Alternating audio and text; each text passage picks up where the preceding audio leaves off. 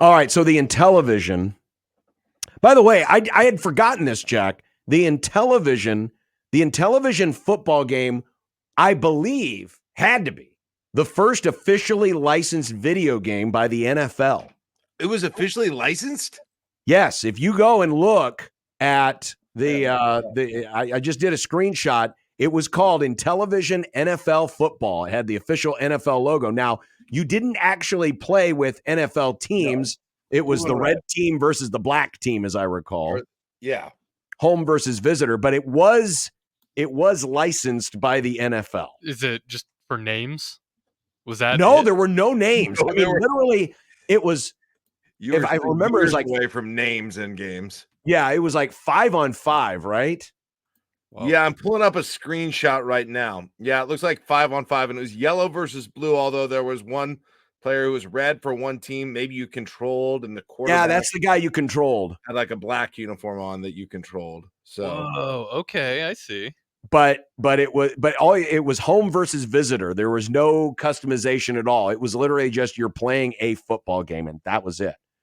But the Intellivision had, unlike the Atari, which had the joystick and the button, the Intellivision basically had this thing. It's like a remote. Yeah, it looked like a TV remote. Yes. And it had numbers on it, like a dial pad, like on a telephone. Yes. And every game, it's insane. Every game would come with a cartridge, the actual game, and then the little plastic things that you slid in that fit over the numbers. I found the playbook formations for the Intellivision. Oh, really? Yeah. I just remember it was really complex dialing in plays to my whatever. I mean, the game came out in like 1979, so I was very young when I was playing this, but still, it seemed very complex to me to be able to figure out how to understand to do the play calling. I've got a screenshot here. I got to look. Oh, that's too small. That's what she said. Nice. Can't win them all. But yeah, there were select a play, and there's 9 different spots, and there's running plays, kick plays, pass plays. Yes, it was like weirdly complex, as I recall. Wild. Yeah. And that's what you played with. And that was plastic insert, I think, just still had the numbers on it because you had to dial in the numbers. It didn't have any like guide or anything like that. Like, for instance, the baseball plastic insert, I think, had all positions on that you could throw the ball to. Yes. And it became really, really, really intricate. Yeah. Yeah. But that was the Intellivision, which was my grandparents had it. We've never had so much fun than we had the horse racing game. They had the horse racing game too. And the noise that we would make as we were all, betting on different horses. The next major football game of my life, well, there was probably about the same time, the original Nintendo football, which what I remember about that is you and the 2 running backs in the backfield ran the same. You could control them, but they all went the same place. I think I've seen that. It was like a parallel line, and that was something. But then, I hope there's somebody who remembers this. I played an MS-DOS computer game called NFL Challenge, and it was licensed by the NFL. It was probably the first game that I played with real teams on it, John. But it was just, if you search it, it was just, you would call the play, and there's a pretty deep playbook that you would call, and you didn't control anything. It was more of a simulator, and it had X's and O's that would run the plays, and then it would give you a written explanation of what happened on the play. That sounds vaguely familiar. Was that that had to be an ASCII, right? A what? The ASCII, so it was like just symbols, numerical symbols that represented the players. Yes, X's. It was just X's and O's. Yep. Yeah, it was just X's and O's that represented the players. Really cool. And I played that. I loved that game. I can still, if I put my finger on a keypad, I can still feel myself with the muscle memory keying in the plays that were the best plays in that game. 4-5 was halfback screen. 4-6 was tight end screen. Right. All of it. Like 0-9 was all streaks. That game was really fun too. I had a friend of mine who had the Atari 5200, which was the next step up from the original Atari. And it was basically Intellivision level Maybe just like a slight notch up from Intellivision. It was pretty good. Was it real sports football? Did Yes. Atari have a football game? Oh, Atari. You Yeah, don't remember the original Atari football game? No, I don't. I don't know if I ever The played 3 linemen that all moved together. Okay. And you moved up and down on the screen, and you could actually pass the football and steer the football to your one receiver. I weirdly enough had more friends with Intellivision than Atari. I had one friend with Atari, but it was all like River Raid and Pitfall and Pac-Man the original Atari football is just it's literally you had 3 linemen and then 3 linemen, and you went up and down, and the whole field was on the screen. And as you controlled the line, everyone went together the same direction. If I want to go even further back to my not video gaming history, right? The step before Intellivision was the handheld Mattel Electronics football game with the red dots. I love that. Oh, yeah. I had the one with the red dots. And it was football 2. Yeah. I don't know. There was one where they introduced passing. I didn't have that. I had the older one. I had that one. I had the one that had passing. It was all just run the dang ball. It was just a red dot running. That was it. But man, I played a Dynasty on there actually. Yeah. A Dynasty. This is really cool. I never had the chance to play the Intellivision. I know what it is, but there's never one around for me to play. It's interesting to hear how intricate some of these games were. Honestly, I thought the baseball was the best game on the Intellivision. There was a driving racing game that was fun. I don't remember that one. One of my friends had horse racing that we like to play on it. All you do is hit the side button to whip with it. And it'd be constant, and it wouldn't be instantaneous. You'd hit the button, and then like 5 seconds later, you'd hear a whoosh. Yes. And of course, as kids, we're like, kill the horse, kill the horse, kill the horse. We're constantly, and like their signature games, Atari's was Pac-Man and Intellivision was Donkey Kong. So Intellivision had the Donkey Kong world. And that was the big, probably the best seller for Intellivision, I assume. But Intellivision had Donkey Kong? Mm-hmm. Wow. Yep. I don't remember that, but I played a lot of Donkey Kong and Intellivision. Did Nintendo buy the rights to that? Or did Nintendo just publish Donkey Kong for Intellivision?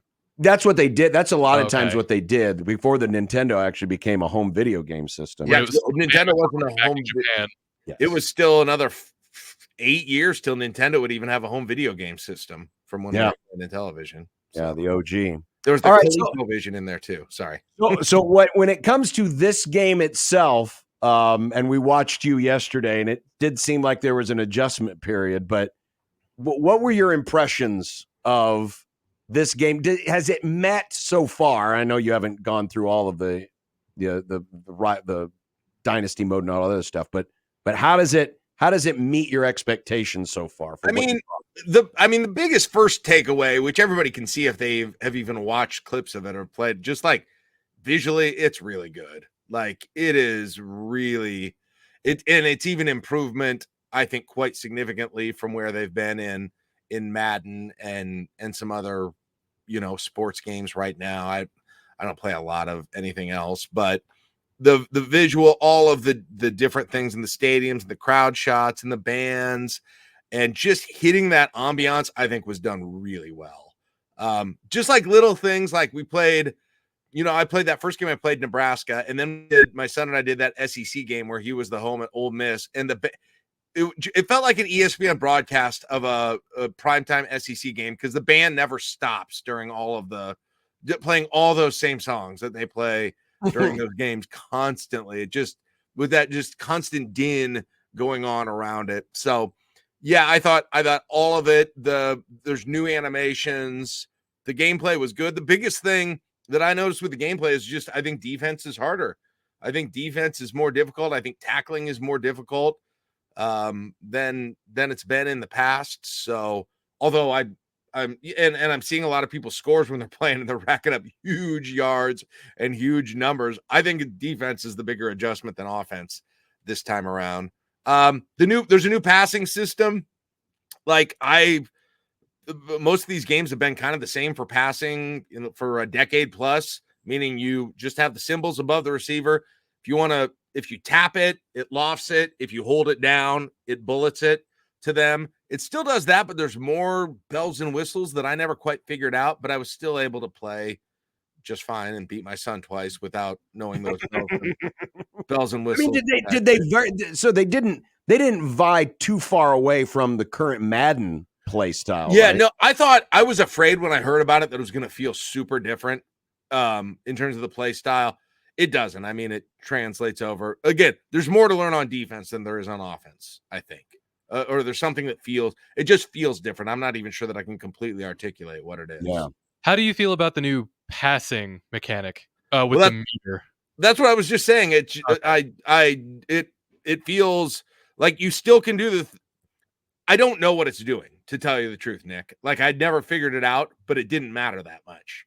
I was still able to play the game just fine without even knowing how that worked. Yeah, that almost seems like a next level. You tweak finer things. I feel like I just wasn't taking it. It wasn't like it's impossible to pass without it. It feels like I'm just not taking advantage of something that's there for me, which I need to figure that out before I a lob versus a bullet pass. The kicking is totally different than on Madden. I am having big time problems, not necessarily understanding it, but just remembering that it's changed. And again, muscle memory before every kick, because now you have to hit a meter that is about accuracy, plus you have to aim, and you have to hold down the button for power, which in the past you just tried to hit the button at the right timing, and you had the accuracy. So there's like one more factor involved in kicking. So I was shanking punts like crazy all over the place yesterday. Did you go deep enough? I know you went deep enough to change some of the depth chart, but did you go deep enough into, like alternate uniforms or some of the things that might be available if you're playing Dynasty mode? Like, is there a secret alternate uniform of Nebraska that we didn't know existed? Can't do much there's not much there for Nebraska. Okay. My son was very disappointed that that there aren't more, because then, we played randomly with Kansas the next game and they had like 8 different helmets. And like, you can do all. Nebraska have any alternates at all? No, you can go all white. You can go all red. You can do any combo of red and white with the jerseys and the pants. That's it. You can change the sock color and the shoe color. So. Yeah, don't go all reds and don't go all whites. They look silly. Just silly. Yeah, no alternates whatsoever. Now, I have heard that as teams maybe add alternates during the season, they're going to show up on the game. So that could be cool. Actually, aren't we kind of at that time of year, by the way? We are. I mean, we're right in the middle of the orange zone right now in terms of, getting some information if there's going to be alternate uniforms, and we haven't heard a peep. Usually, we kind of had an idea they were coming. There were rumors that had come out last year about the ones with the blue. I remember, but I haven't heard a thing this year about what. And remember, we've got the 400 sellout game. You would think if they were going to break them out, they would do them for the 400 sellout game. Mm-hmm.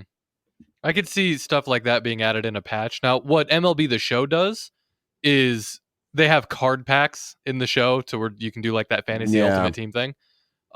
So you could buy the City Connect uniforms from a card pack, but you could only use those in your fantasy thing. You couldn't transfer those into like a franchise. So hopefully they add them if they add them to the game to be playable in the real game. Yeah. I agree. I hope they do that at least. Joel writes into the Equitable Bank, or excuse me, the JTech Construction Zone Twitter feed. Trouble with kicking. Jack Mitchell's Nebraska special teams shaking hands. That's what I told you. That's what everyone was saying when they were watching me. Like, I shanked a punt. They're like, well, that looks about accurate. I missed an extra point. They're like, well, that looks about accurate. It did. I saw that one. Yeah. Poor Tristan Alvano. I just have to slow down when the screen gets there, because I just in a hurry to move through everything and, get to the next thing. But if I do that with kicking it, I screw things up badly. I have seen things of people. It hasn't showed up for a lot of people, but there's a glitch that could happen sometimes where the wrong mascot could just show up on your screen for half a second. That'd be fun. Just an unrelated mascot. So I think it'd be funny to see Big Red just show up out of nowhere. John, you might. Oh, sorry, I didn't mean to interrupt you. You guys might find this interesting. This option interesting. You can pick the announcing crew that you want. You can either have their regular announcing crew with Reese Davis, and I'm trying to remember who else is on the regular announcing crew. Or you can bring in Chris and Kirk, which is the big game announcing crew. That is really cool. You can't even do something like that on Madden. You're just stuck with whoever. So it's like standard broadcast or big game broadcast. I like that. And I think it might change some of the how it looks too if you pick the big game broadcast. And so that's kind of cool. And they've been doing this for video games for years. But like if you start a game at 6 o'clock, you know, the sun will gradually set during the game and it'll eventually be dark by the end of the game. So that's really cool. I haven't played a game in weather yet. So in anything that's rain or snow or anything like that, or tons of wind, to see how that impacts it. So we'll see what that is. But I mean, very early review just on playing 3 games, or no, I guess I played 4 games yesterday. It's really fun. I mean, it's really freaking fun. And the presentation is it really feels like you're watching college football at a completely different level than that game's ever been, because you've got 10 more years of technology now. All right. Well, there you go. There's a review of NCAA 25, an initial review from Jack Mitchell.